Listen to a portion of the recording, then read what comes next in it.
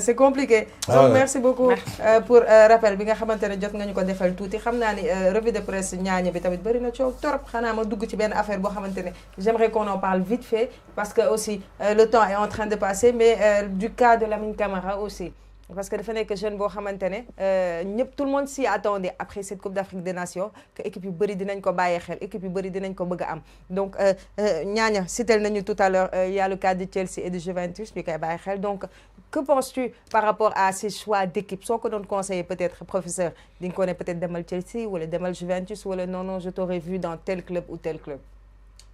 Mais puisqu'il quitte la France il peut aller en Angleterre su fekkee ne s'il quitte là directement championnat sénégalais, je lui aurais conseillé de passer par l'Italie. Mais en fait, c'est deux championnats aussi très rigoureux. Hein. L'Angleterre, c'est très dur. L'Italie, tout comme, hein. C'est pas comme l'Espagne où c'est la technique qui est privilégiée. Mais bon, tiens, Barne. Ah, oui. Mais man, bon, personnellement, moi, je suis supporter de Chelsea. Je dirais Chelsea, quoi. Mais bon, mais je suis très content pour lui. Parce que bon, ça sert à ça. Carrière, plan de carrière, c'est comme ça part de zéro et puis ça monte. Hier, c'était Génération Foot. Après, c'est Metz. Après, c'est l'Angleterre ou c'est l'Italie. Mais tant mieux pour lui. Et aussi, parce qu'une CAN, c'est une vitrine aussi. Hein. C'est un showroom, quoi, tu vois.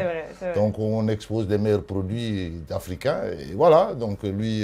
que le plus offrant. Voilà, donc, nous avons le correct que sa carrière soit de plus en plus brillante. Quoi. On l'espère en tout cas vivement pour lui. C'est un bon joueur, un jeune joueur très talentueux. Donc, espérons qu'après cette Coupe d'Afrique des Nations, il va faire le meilleur choix pour sa carrière.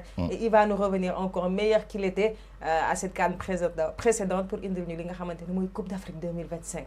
tey laa koy commencé ñaan ba ñu egg ci incha allah alors ma jël ki ci ligne bi ñu door a eggali waxtaan bi allo. allo salaamaaleykum. allo.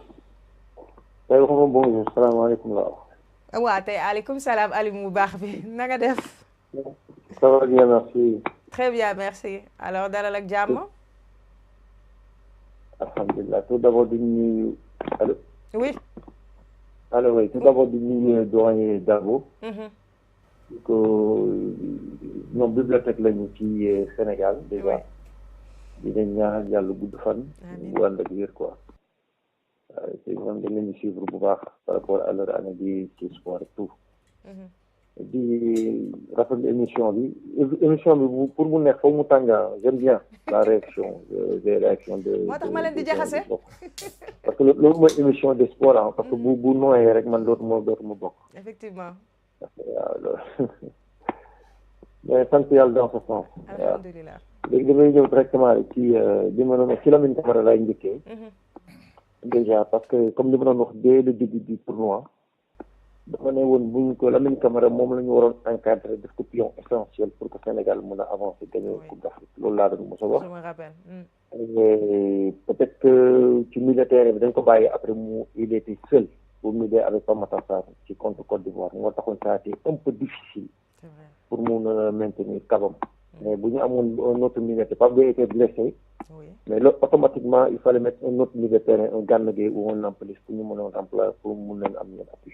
Donc c'est ça qui a fait un peu perdre Sénégal perte match parce que le militaire était noyé et c'était pas bien. Donc hier je disais aussi que pourquoi la Côte d'Ivoire a réussi à gagner, c'est parce que ils ont oublié le nom des joueurs. Et mais c'est ça qu'il a fait. dafa fàtte turu joueurs yi indi pour chaque équipe bu ngay gagner.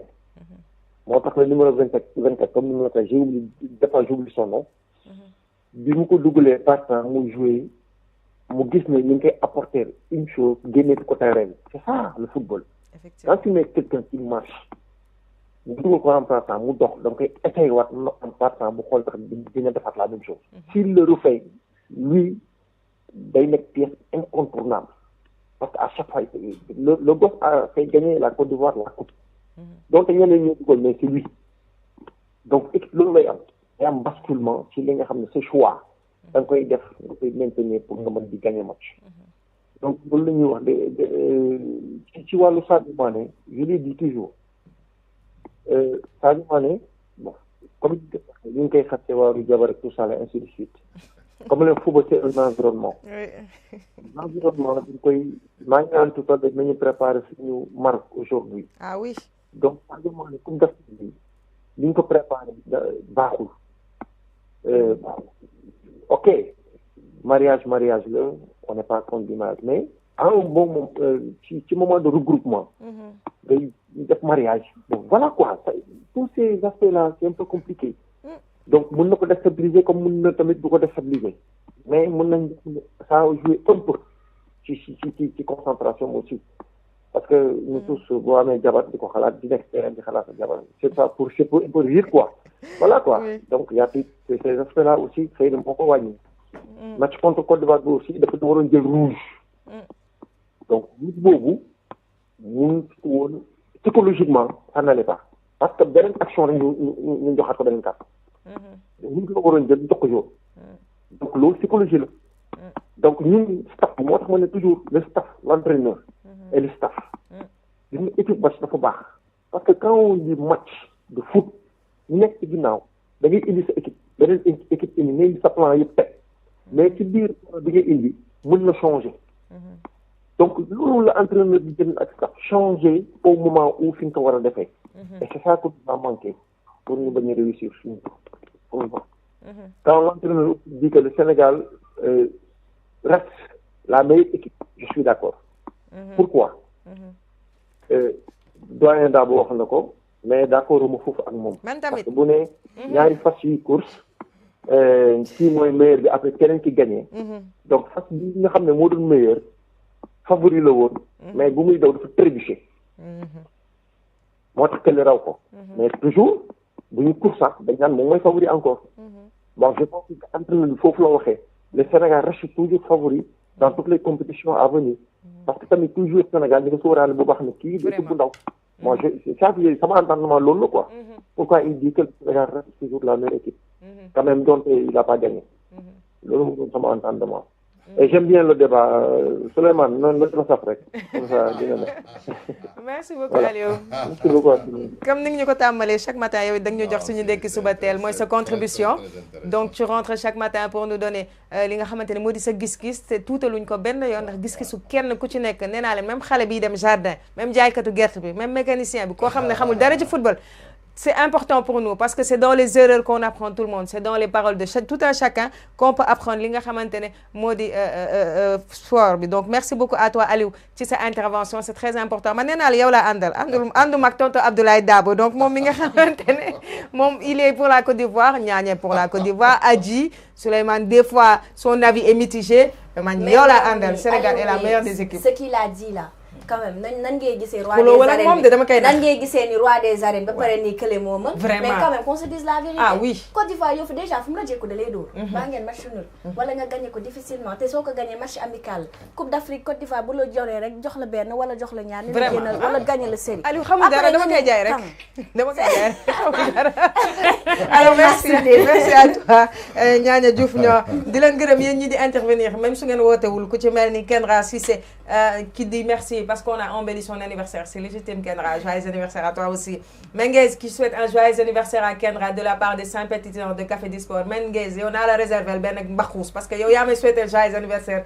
ñi nga xamante ni ñi ngi door a ñëw ci émission bi donc merci à toi Maïmouna Faye ma sœur je te salue bu baax a baax maintenant tu commences à aimer le sport et c'est grâce à Disport kontaan naa ci loolu merci beaucoup à toi Khalidou Ba nee na cette émission a encore atteint une fois le summum à cause de cet éminent expert Abdoulaye Dabo qu'on a invité sur le plateau donc merci beaucoup à toi alors dañu jeexal ci revue des titres bi rek avec Kaba Diawara mi nga xamante ne il se sépare de la Guinée donc qu'en pensez-vous nous tout le monde on était étonnés ci exploit wu Kaba Diawara lors de cette Coupe d'Afrique des Nations parce que la Guinée a fait des choses extraordinaires egg na sax ñun fu ñu eggul donc que pensez-vous de cette séparation c'était le moment où on aurait dû le laisser encore un peu mu defaat ay preuve mënoon nañ ko bàyyi mu continuer mais c'était prévisible en fait c'était prévisible. Les relations de Kaba avec l'équipe nationale depuis le début c'est des relations heurtées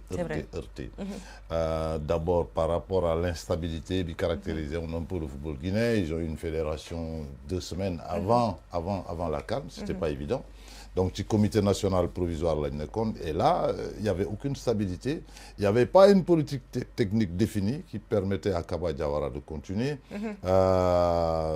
bon l'équipe nationale de Guinée, oui, n'attirait pas les Guinéens, même les expatriés. Lui, il a essayé de donner une image un peu reluisante. Beaucoup de gars qui commencé.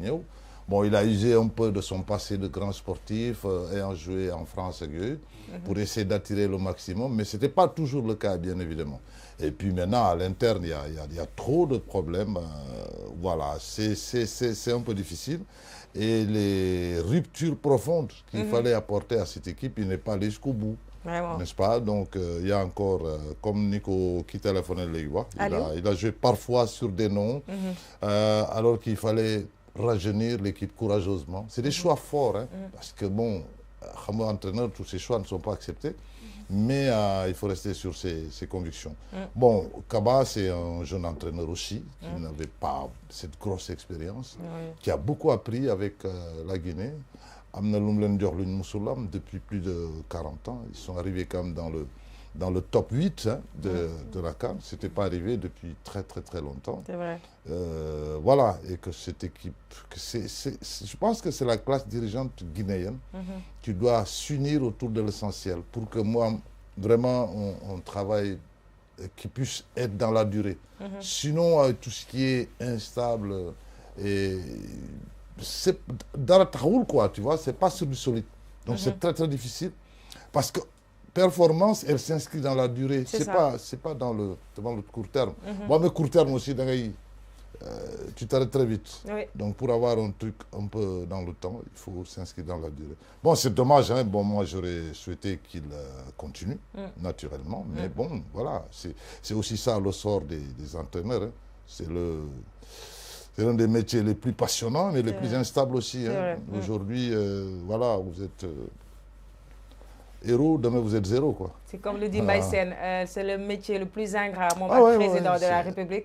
Quand c'est bien, tout le monde t'applaudit. Quand ça va mal, tout le monde te pointe du doigt. Mais président de la République, on te dit, bon, tu as 5 ans. Mais entraîneur, tu peux être écouté aujourd'hui. Ton premier match, tu es viré après. Ah oui, ça c'est vrai, donc c'est très ingrat. Donc, merci.